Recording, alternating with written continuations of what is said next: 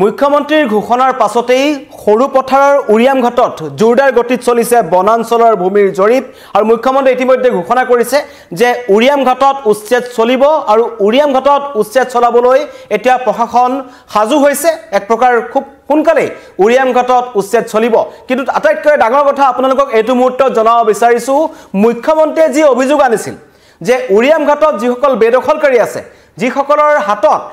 এজন বেদখলকাৰী হাতত 500 পৰা 400 বিঘা ভূমি আছে কাৰোবাৰ 200 বিঘা ভূমি আছে তেওঁলোকে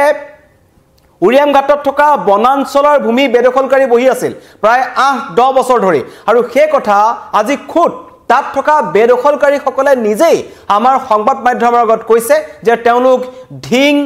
নগাঁও মৰিগাঁও বিভিন্ন অঞ্চলৰ পৰা আহি লাহে লাহে বিগত 20 বছৰ ধৰি তেওঁলোকে মৰিগাঁও ঢিং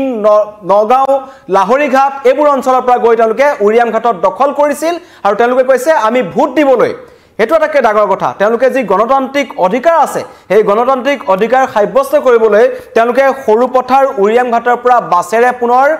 মৰিগাঁওলৈ আহে নগাঁওলৈ আহে ঢিঙলৈ আহে লাহৰিঘাটলৈ আহে এয়া হৈছে বৰ্তমানৰ পৰিস্থিতি মুখ্যমন্ত্ৰীয়ে যেটো কথা কৈছিল যে এই সকল লোকে বেদখলকাৰী চক্ৰান্তটোৱে হৈছে তেওঁলোকৰ এটা ভয়ংকৰ ষড়যন্ত্ৰ আছে যে তেওঁলোকে অন্য ঠাইৰ সৰু পথাৰৰ জনগঠনি খলনি কেনে কৰিব গোলাঘাটৰ জনগঠনি খলনি কৰিবৰ কাৰণে একাংশ লোক 20-30 বছৰ ধৰি তেওঁলোক তালৈ গুচি গৈছে তেওঁলোকৰ ঢিঙটো মাটি আছে তেওঁলোকৰ লাহৰিঘাটটো মাটি আছে তেওঁলোকৰ নগাঁওটো মাটি আছে কিন্তু তাৰ পাছত তেওঁলোকে গৈ পুনৰ গোলাঘাটৰ সৰু পথাৰ উৰিয়াম ঘাটত গৈ তেওঁলোকে বিঘাই বিঘাই মাটি দখল কৰিছে এইবোৰ হৈছে দৃশ্যাংশ আজি পুৱাৰ ভাগৰ সংবাদ মাধ্যমে যি বন বিভাগে জৰীপ চলাইছে তাত আৰক্ষী ইতিমধ্যে উপস্থিত হৈছে এয়া হৈছে উৰিয়াম ঘাটৰ ছবি এদৰে হস্তম হৈ পৰিছে প্ৰশাসন এই লোকসকলৰ ঘৰে ঘৰে আৰক্ষী গৈছে কিন্তু এটা ভয়ংকৰ তথ্য এতলাইছে এই ধৰণৰ ভাবক এইবোৰ বনাঞ্চলৰ ভূমি এইবোৰ বিঘাই বিঘাই তামুলৰ খেতি কৰিছে লগতে পুখুৰী আছে বিভিন্ন ধৰণৰ খেতি কৰিছে এইবোৰ হৈছে বনাঞ্চলৰ মাটি এই ধৰণে ঘৰ বনোৱা হৈছে সকলো বেদখলকাৰীৰ ঘৰ এটো হৈছে যি উৰিয়াম ঘাটত থকা যি বনাঞ্চল আছে এই বনাঞ্চলৰ অধীনৰ হয় আৰু ইয়াত এই ধৰণে সৰু সৰু একোখন গাঁও গঢ়ি উঠিছে এই সকলোবোৰ বেদখলকাৰী এওঁলোক মৰিগাঁও ঢিং লাহৰিঘাট বিভিন্ন অঞ্চলৰ পৰা গৈছে বটদ্ৰপৰ পৰা গৈছে অবৈধভাৱে প্ৰবজন কৰি তেওঁলোকে সংস্থাপন দিছিল আৰু এই কথা মই কোৱা নাই তেওঁলোকে নিজেই এই কথা স্বীকাৰ কৰিছে যে আমি ইয়ালৈ 20-25 বছৰ আগতে উঠি আহিছিলো আমাৰ প্ৰকৃত ঘৰ নগাঁও মৰিগাঁও এইবোৰ অঞ্চলত আছে আৰু আমি মাজে মাজে তেতিয়া তালৈ যাব লগা হয় যাওঁ আৰু মুখ্যমন্ত্ৰীয়ে যেটো অভিযোগ কৰিছিল যে অতি ৰহস্যজনকভাৱে ঢিম বা এই বটদ্ৰবা লাহৰিঘাট অঞ্চলৰ পৰা গোলাঘাটৰ সৰু পথাৰ এই উৰিয়াম ঘাট অঞ্চললৈ নৈখবা চলাচল কৰে তাত একাংশ খণ্ডযুক্ত লোক আহে এয়া হৈছে তামুলৰ বাৰী মুখ্যমন্ত্ৰীয়ে কালি যি দেখুৱাইছিল তাৰ এখন প্ৰকৃত ছবি আসলে আপোনালোকক দেখুৱাইছো যে উৰিয়াম ঘাটৰ অৱস্থা এয়া আৰু খুদ বেদখলকাৰীয়ে স্বীকাৰ কৰিছে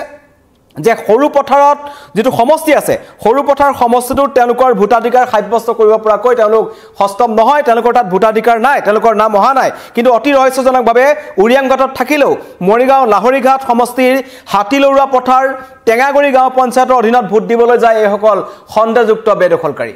এয়া হৈছে প্ৰকৃত প্ৰশ্ন আমি প্ৰথমতে আপোনালোকক বেদখলকাৰীয়ে যি স্বীকাৰোক্তি দিছে নিজেই যি সংবাদ মাধ্যমৰ আগত কৈছে আপোনালোকক শুনাব বিচাৰিছো কি নাম আপোনাৰ নুৰ মোহাম্মদ ক'ত ঘৰ আপোনাৰ মৰিগাঁও জিলাত কিমান দিন হ'ল ইয়াত অহা ইয়াত অহাটো 20 সাল হৈ গৈছে ভোট ক'ত আছে আপোনাৰ এই মৰিগাঁও আৰু ক'ত থাকে ক'ত এই ইয়াতে থাকোঁ ঘৰত কোন কোন আছে হে ঘৰত কোন আছে ঘৰত এই ল'ৰা ছোৱালী আছে ভোট দিবলৈ কি যায়গৈ হয় ভোট দিবলৈ যাওঁগৈ ক'ত আছে ভোটৰ অধিকাৰ আপোনাৰ লাহৰিঘাট সমষ্টি হাতিলৰুৱা পথাৰ টেঙাগৰি গাঁও পঞ্চায়ত কিমান মানুহ আছে আপোনাৰ তাৰ মানুহ ইয়াত হে তাৰ মানুহ ইয়াত কিমান আছে নাই ইয়াতে আমি টেঙাগৰি পঞ্চায়তৰ পৰা আমি অকলেই আছোঁ বাকী বাহিৰৰ মানুহ কিমান আছে ইয়াত আছেতো বহুত আছে ক'ত ক'ত আছে এই দয়ালপুৰত আছে দলনি পথাৰত আছে আপোনাৰ এইটো খেৰবাৰী আছে ভোটৰ সময়ত কি কৰে হে ভোটৰ সময়ত কি কৰে যাই কিনে তাত ভোট দিওঁ আমাৰ ঘৰো আছে তাত ঘৰ আছে ঘৰ আছে কোন কোন আছে তাত হে তাত কোন কোন আছে হয় মাইকী আছে আৰু ল'ৰা ডাঙৰটো আছে অৰিজিনেল ক'ৰ পৰা আহিছিলে মোৰ ৰূপৈ চিমাৰি হে ৰূপৈ শিঙিমাৰি কেতিয়া আহিছিলে আৰু মই ইয়াত 75ত আহিছোঁ তেতিয়া মোৰ বয়সটো 2 বছৰ মান কোনে আনিছিলে আপোনাক ইয়ালৈ কোনে মানে সেই মই প্ৰথম একদম 75ত আহিছোঁ আমালোকে যেতিয়া মাই বাবাৰ লগতে আহিছোঁ কোন কোন আছে এতিয়া কি কৰে ইয়াত এতিয়া মাই আছে ল'ৰা ছোৱালী আছে মই আছোঁ শাহজাহান আলী ক'ত ঘৰ ইয়াতে কি কৰা তুমি এনেই খেতি চেতি কৰোঁ ঘৰত কোন কোন আছে ঘৰত ছোৱালী দুটা আছে সৰু সৰু আৰু মাইকী আমাৰ বাবা যেতিয়া আহিছিলে বাবা ক'ৰ পৰা আহিছিলে নগাঁৱৰ পৰা আহিছিলে তেতিয়া আমাৰ জন্মটো ইয়াত বাবা ক'ৰ পৰা আহিছিলে বাবা নগাঁৱৰ পৰা আহিছিলে তাৰপৰা পিছত আমাৰ জন্মটো ইয়াতে হৈছে কেলৈ আহিছিলে ইয়ালৈ সেইটো বাবাই গম পাব আমিতো কেনেকৈ ক'ম কি কৰা তোমালোকে আমালোকে খেতি বাৰী কৰোঁ তামোল বাগান আছে নাই নাই নাই কি কি খেতি কৰা এই চব্জি হেৰি তামোল বাগান আছে অলপ চলপ আছে বেছিতো নাই কি সুধিলে আহি সুধিছে খালি ঘৰত মানুহ কেইজন গাৰ্জেনৰ কথাটো সুধিছে মতা কেইজন মাইকী কেইজন এইটোৱে সুধিছে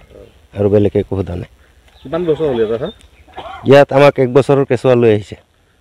ক'ৰ পৰা আহিছে আপোনাক আমাৰ হেৰি ৰূপহী কিমান দিন হ'ল অহা ইয়ালৈ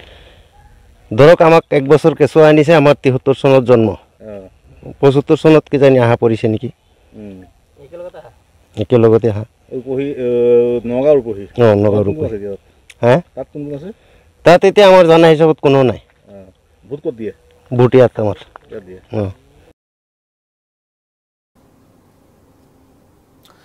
উৰিয়াম ঘাটত 20 বছৰ ধৰি তেওঁলোক তাত বসবাস কৰি আছে সেইটো মই কোৱা কথা নহয় তেওঁলোকে নিজেই সেই কথা স্বীকাৰ কৰিছে যে তেওঁলোকে মৰিগাঁৱৰ পৰা গৈ 20 বছৰ ধৰি তাত বসবাস কৰি আছিল আৰু তেওঁলোকৰ প্ৰকৃত ঘৰ মৰিগাঁও লাহৰিঘাট সমষ্টিৰ হাতীলৰুৱা টেঙাগুৰি গাঁও পঞ্চায়তত তেওঁলোকে ভোট দিবলৈ যায় দয়ালপুৰ দলনি পথাৰ খেৰবাৰী আদিত থকা লোকসকলো ভোটৰ সময়ত লাহৰিঘাটলৈ যায় মানে মুখ্যমন্ত্ৰীয়ে যেটো কথা কৈছিল যে ফিনিশ আসাম জেহাদ এই মধ্য অসম নামনি অসমৰ পৰা উজনি অসমৰ ফাললৈ ধাৱমান হৈছে তেওঁলোকে এটা চক্ৰান্ত কৰিছে তেওঁলোকৰ এটা ভয়ংকৰ ষড়যন্ত্ৰ আছে তেওঁলোকে একোটা সমষ্টিৰ জনগাঁথনি খলনি কৰাৰ চেষ্টা কৰিছে তাৰে উদাহৰণ মই আপোনালোকক মন্তব্য শুনালো তেওঁলোকে কৈছে যে 20 বছৰ ধৰি আমি আহিছো আৰু ভোট দিবলৈ আমি লাহৰিঘাট সমষ্টিলৈ যাওঁ বটদ্ৰৱলৈ যাওঁ নগাঁৱলৈ যাওঁ ঢিঙলৈ যাওঁ তাৰ পৰা প্ৰমাণ হয় মুখ্যমন্ত্ৰীয়ে যেটো কথা কৈছে তেওঁলোক গৃহহীন লোক নহয় তেওঁলোক এজনে ইতিমধ্যে মন্তব্য কৰিছে যে আমাৰ মৰিগাঁৱত ঘৰ আছে লাহৰিঘাটত ঘৰ আছে তেওঁলোকৰ পৰ্যাপ্ত পৰিমাণৰ মাটি লাহৰিঘাট ঢিং সমষ্টিবোৰত আছে কিন্তু তাৰ পাছতো তেওঁলোকে কি কাৰণত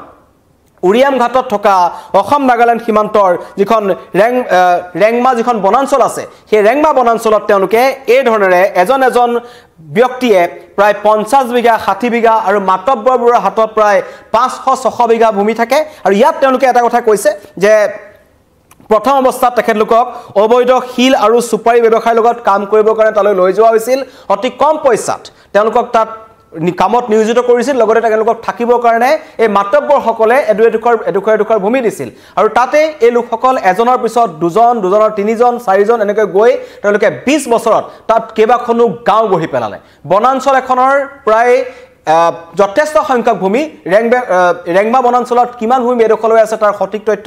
এই মুহূৰ্তলৈকে নাই কিন্তু মুখ্যমন্ত্ৰীয়ে যি দেখুৱাইছে এইবোৰ তামোলৰ বাৰী এইবোৰ আজি পুৱাৰ দৃশ্য কিন্তু তাত প্ৰায়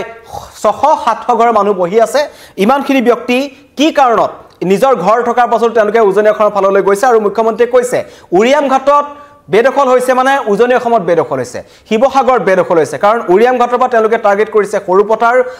পিছত তেওঁলোকে টাৰ্গেট কৰিছে গোলাঘাটৰ পিছত তেওঁলোকে টাৰ্গেট কৰিব তিতাবৰ পিছত তেওঁলোকে টাৰ্গেট কৰিব মৰিয়নি পিছত তেওঁলোকে টাৰ্গেট কৰিব যোৰহাটৰ পিছত তেওঁলোকে টাৰ্গেট কৰিব চৰাইদেউ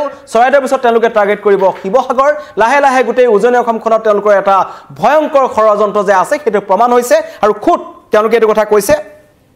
যে সীমান্তত উৎপাদন কৰা শাক-পাচলিৰ ওপৰত তেওঁলোক নিৰ্ভৰশীল সৰুপথাৰত তেওঁলোক দীৰ্ঘদিন ধৰি আছে মাছৰ বজাৰখন তেওঁলোকে হস্তগত কৰি লৈছে শাক-পাচলিৰ বজাৰখন তেওঁলোকে খিলঞ্জীয়া হাতৰ পৰা কাঢ়ি লৈছে এই ধৰণৰ ভয়ংকৰ তথ্য কিন্তু এটা পোহৰলৈ আহিছে আৰু মুখ্যমন্ত্ৰীৰ কথা যে একদম স্পষ্ট কথা হেয়া পুনৰবাৰ প্ৰমাণ হ'ল কাৰণ মুখ্যমন্ত্ৰীৰ বিৰুদ্ধে একাংশই অভিযোগ আনিছিল যে মুখ্যমন্ত্ৰীয়ে ৰাজনীতি কৰিছে মুখ্যমন্ত্ৰীয়ে একাংশ সংখ্যালঘু লোকৰ ওপৰত অত্যাচাৰ কৰিছে জানি বুজি সংখ্যালঘু হোৱাৰ কাৰণে কৈছে বুলি কৈছে কিন্তু বিশেষকৈ উৰিয়াম ঘাটৰ যিসকল লোক আছে তেওঁলোকে নিজৰ মুখেৰে কৈ কাঢ়িছে যে তেওঁলোক ইয়ালৈ 20 বছৰ আগতে উঠি আহিছিল আৰু 20 বছৰ আগত উঠি অহাৰ পাছত তেওঁলোকে ইয়াত লাহে লাহে তেওঁলোকৰ এই গাঁওসমূহ তেওঁলোকে নিৰ্মাণ কৰিছে বনাঞ্চলৰ ভূমি দখল কৰি তেওঁলোক তাত বহি আছে আৰু কৈছে ভোট তেওঁলোকৰ সৰুপথাৰ সমষ্টিত ভোটাধিকাৰ সাব্যস্ত কৰিব পৰাকৈ তেওঁলোক সক্ষম নহয় তেওঁলোকৰ ভোটাৰ লিষ্টত তেওঁলোকৰ নাম নাই তেন্তে সৰুপথাৰ সমষ্টিত তেওঁলোকে ইমান বছৰ কৰি কি আছে তেওঁলোকৰ ঢিং লাহৰিঘাট সমষ্টিটো তেওঁলোকৰ মাটি থকাৰ পাছতো তেওঁলোকে অতি ৰহস্যজনকভাৱে তেওঁলোকে এই ধৰণেৰে এতিয়া তাত বসবাস কৰি আছে এয়া হৈছে দৃশ্যাংশ আপোনালোকক দেখুৱাইছো এয়া একোখন গাঁও এই ব্যক্তিসকল যে দেখিছে তেওঁলোক সৰুপথাৰ স্থানীয় বাসিন্দা নহয় তেওঁলোক নগাঁও ঢিং লাহৰিঘাট বিভিন্ন অঞ্চলৰ পৰা গৈছে তেওঁলোকৰ আগৰ প্ৰজন্ম গৈছিল এই সকলৰ হয়তো তাত জন্ম হ'ব পাৰে কিন্তু এই তামোলৰ বাৰী থকা যিসমূহ বাগান আছে এইবোৰ সকলো ৰাস্তা ঘাট সকলো বনাঞ্চলৰ ভূমি তেওঁলোকে দখল কৰি বহি আছে এটা ইয়াতো উচ্ছেদ চলিব মুখ্যমন্ত্ৰীয়ে কৈছে এটা ইয়াতো উচ্ছেদ চলিব ঠিক পাইকানৰ দৰে ইয়াতো সকলো উচ্ছেদ কৰি পেলোৱা হ'ব কাৰণ বনাঞ্চলৰ ভূমি বেদখল কৰিবলৈ কাকো দিয়া নহ'ব তেওঁলোকৰ পৰ্যাপ্ত পৰিমাণৰ ভূমি আছে এনেকুৱা নহয় যে তেওঁলোকৰ গৃহহীন তেওঁলোকে নদীত গৰাখহনীয়াত তেওঁলোকে মাটি হেৰুৱাইছে তেনেকুৱাও নহয় তেনেকুৱাতো বহু খিলঞ্জীয়া পৰিয়াল গৃহহীন পৰিয়াল মথাউৰিৰ ওপৰত তেওঁলোকে দুৰ্বিষহ জীৱন পাৰ কৰিব লগা হৈছে অসমীয়া মানুহে যিসকলৰ নিজৰ মাটি ভেটি আছিল তেওঁলোকৰ উচন হৈ গৈছে নদীত ব্ৰহ্মপুত্ৰত গুচি গৈছে গাই নদীত গুচি গৈছে বিভিন্ন ধৰণৰ ধনশীত গুচি গৈছে বিভিন্ন ধৰণৰ নদীসমূহৰ যি হেৰি আছে গৰাখহনীয়া আছে তাত তেওঁলোকে মাটি হেৰুৱাইছে কিন্তু খিলঞ্জীয়া লোকসকলে গৈ বনৰ মাটি দখল কৰা নাই কিন্তু তাত এইসকল বেদখলকাৰী বহি আছে আৰু তেওঁলোকে এটা কথা নিজেই আজি স্পষ্ট কৰি দিলে যে তেওঁলোকৰ এই সময়ছোৱাত তেওঁলোকে 20 বছৰ আগত কেতিয়া তালৈ আহিছিল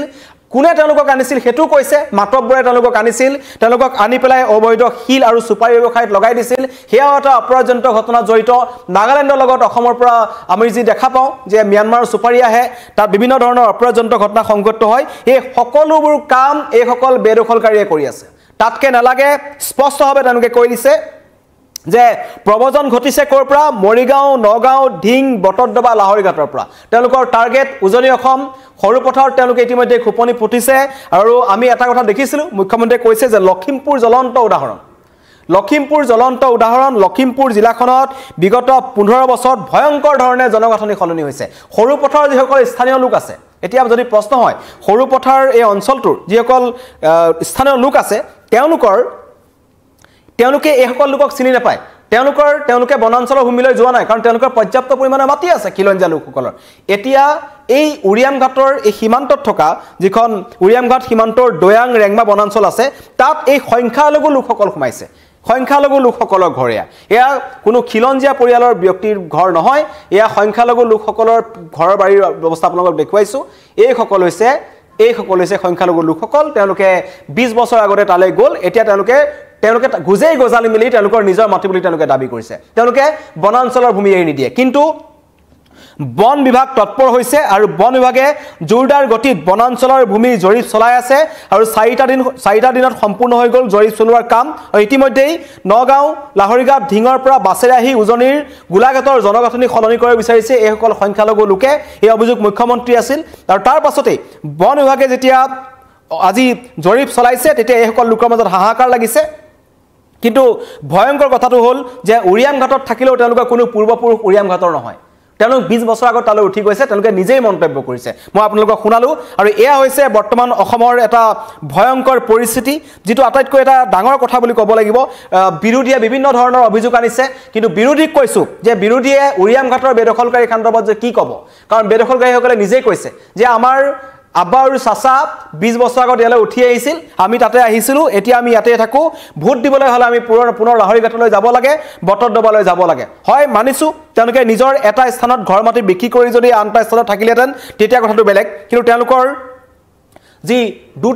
দুটা ঠাইত বা তিনটা ঠাইত তেওঁলোকৰ যি ঘৰ আছে সেইটো এটা ভয়ংকৰ ষড়যন্ত্ৰ যে প্ৰমাণ কৰে কাৰণ মুখ্যমন্ত্ৰীয়ে কৈছিল লখিমপুৰত যিসকল লোকক উচ্ছেদ কৰা হৈছে যিসকল লোকক চিনাক্ত কৰা হৈছে সেইসকল লোক আছিল দক্ষিণ শালমৰা মানকাছাৰ ধুবুৰী তেওঁলোক কিয় পশ্চিম বংগলৈ নগ'ল তেওঁলোকে কিয় লখিমপুৰ টাৰ্গেট কৰি ল'লে তেওঁলোকৰ টাৰ্গেটতে আছে আচলতে উজনি অসম সাৱধান হবৰ হ'ল উজনি অসমৰ ৰাইজ সাৱধান হবৰ হ'ল খিলঞ্জীয়া লোকসকল কাৰণ এনেকুৱা একাংশই আমাৰ এতিয়া বৰঘৰত তেওঁলোক সোমাইছে আৰু কোনোৱে নজনাকৈ সাধাৰণ ৰাইজে নজনাকৈ বন বিভাগৰ একাংশ দুৰ্নীতিগ্ৰস্ত বিষয়াৰ কথা ক'ব লাগিব একাংশ জনপ্ৰতিনিধিৰ নিষ্ক্ৰিয়তাৰ কথা ক'ব লাগিব মনে মনে আছে সৰুপথাৰ সমষ্টিৰ যিজন বিধায়ক আছিল তেওঁলোকে নাজানে নেকি যে ইমান দিন ইয়াত 20 বছৰ ধৰি মানুহে অবৈধভাৱে বেদখল কৰি আছে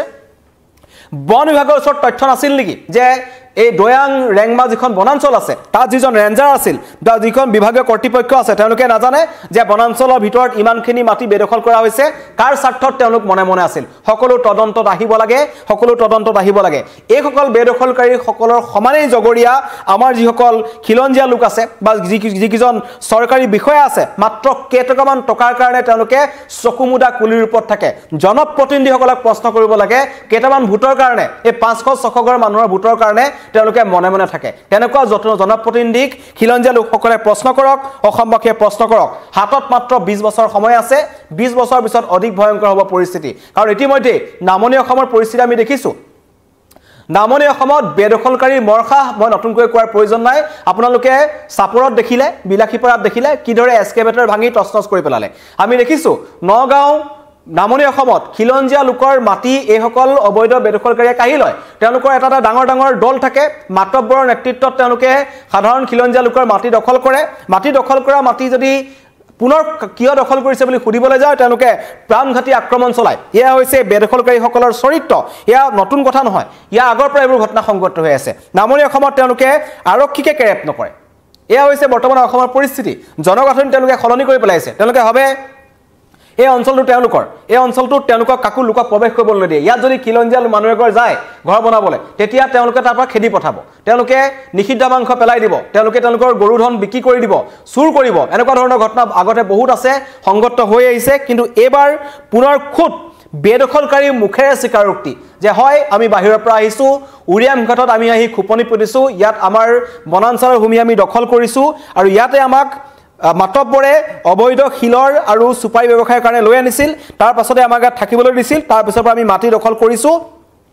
আৰু এই দখল কৰা মাটিতে দীৰ্ঘদিন তেওঁলোক বহি আছে কিন্তু তেওঁলোকৰ সৰুপথাৰ সমষ্টিত ভোটাধিকাৰ তেওঁলোকৰ নাই তেওঁলোকৰ আছে লাহৰীঘাট ঢিং মধ্য অসমৰ পৰা ফিনিছ আসাম জেহাদৰ এই ভয়ংকৰ ষড়যন্ত্ৰ চলি আছে আৰু সেই ষড়যন্ত্ৰৰ লক্ষ্য হৈছে উজনি অসম মুখ্যমন্ত্ৰীয়ে কোৱাৰ নিচিনা এতিয়া ইয়াত উচ্ছেদ অভিযান চলিব এই সকল লোকক উচ্ছেদ কৰা হ'ব তামোলৰ বাগান কাটি পেলোৱা হ'ব আৰু ইতিমধ্যে প্ৰশাসনে 4 দিনৰ জৰীপ চলাইছে সেই জৰীপৰ স্পষ্ট হৈছে এই সকল লোকৰ ওচৰতো সময় থাকোতে তাৰ পৰা আঁতৰি যাওক অন্যথা পুনৰ প্ৰশাসনে তেওঁলোকৰ ঘৰবাৰী ভাঙিব কিন্তু সকলোৱে চকু দিবৰ হৈছে এই যাতে বেদখলকাৰীসকলে গৈ যাতে পুনৰ অন্য স্থানত তেওঁলোকে নিজৰ খুপনি পুতিব নোৱাৰে